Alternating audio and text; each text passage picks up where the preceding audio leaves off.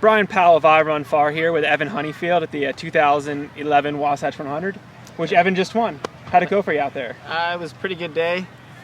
Started off great morning, great sunrise on Antelope Island, and running with a lot of people, which I train by myself usually, so it was just really great to be out running with a group of people early, and it went really well through 88 miles, and then it kind of got a little ugly, but I toughed it home. Yeah, so how did those early miles go? I mean, people kind of went out pretty fast this year. Yeah, people being Luke Nelson, he really... okay, yeah, Luke Nelson. he really hammered up. I couldn't even see him at one point, and I got just behind some folks, and we were all chatting and having a good time. Okay. So it didn't feel like you guys were forcing the pace early? No, definitely not. Yeah. So. And when did you end up taking the lead? Luke, I was right behind Luke, and we caught up to Tim Parr right before Swallow Rocks, and we ran like 5 miles with him, and then right before Big Mountain, which is mile 39, I kind of started pulling ahead a little bit. Mm-hmm. And how do you feel from there to say Brighton, in mile 75? It got pretty hot in the middle section, and I did a really dumb thing. My wife gave me 2 bottles, and I told her to dump one of them out halfway, and so I kind of suffered for a little bit. A little penny wise, pound foolish. Yeah, but I felt really strong. From Lambs Creek up to Big Water, I just felt like I climbed. I ran almost the whole way. Awesome. So I felt pretty strong. And so what happened at Potbot, or at 88? Like, what was going wrong for you there? Well, that was new territory. I hadn't done that section of the course, and it just it drops off a lot, and there's a big rut. You're kind of running down this motorcycle rut, very dusty, and if you get on the edge, there's a lot of brush. It kind of pushes you back in the rut, and then it just, at the bottom of each descent, it just goes right back up, very steep, and climbing over logs, and I just felt like I was losing all kinds of time. But in the end, you weren't, because you ran 19:30, which is the 3rd fastest time in Wasatch history. It's pretty impressive.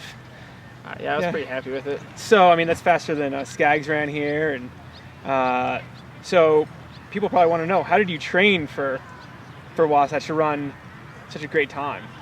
Well, where I live in Idaho Falls, it's very flat, and so I do a lot of miles around flat parks, but I make sure that I get out to the mountains usually like twice a week and just run some vert, and I do some slow runs. I try to run like the weeks leading up to like 100. I'll go out and run like 11-minute pace, 12-minute pace, and practice. Like it's like your legs move differently than if you're going out running 7-minute pace on the roads or something. It's like a different motion. You gotta train your body. That's what I think. That's a great philosophy. I don't think people really think of that. You have to be in shape to run the 100 miles, but you also have to have the stride that you're actually going to use. Yeah, it's like I use my hips more. I feel like when I'm running a little slower, I just try to. It's like a more efficient, but it's different.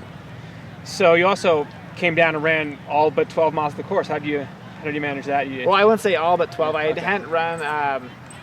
There's a middle section between 8.5 to 28 where they closed this year. That's right. So I hadn't done that, and that was actually those were the 2 hardest sections in terms of they're very overgrown, and that the early section, if it wasn't marked, there's no way I could have found my way. Tell us a little bit about that, because I've heard multiple runners, even people who've run this race a lot, complaining about, or saying it was difficult. Yeah, just very overgrown. They're doing the construction up in that section, and nobody had been up there to trample it down, and it just, brush over your waist high, and just curves around, and it was challenging, but there was a faint trail there, and we made it through. I took one wrong turn. It cost me a couple minutes. Nothing too great. Yeah. So you have to consider this a breakthrough, because you were second to the Bear last year. You won a couple of smaller races, Bighorn 50, but on like a big scale, this is your first big win, right? Yeah, I would say. Yeah.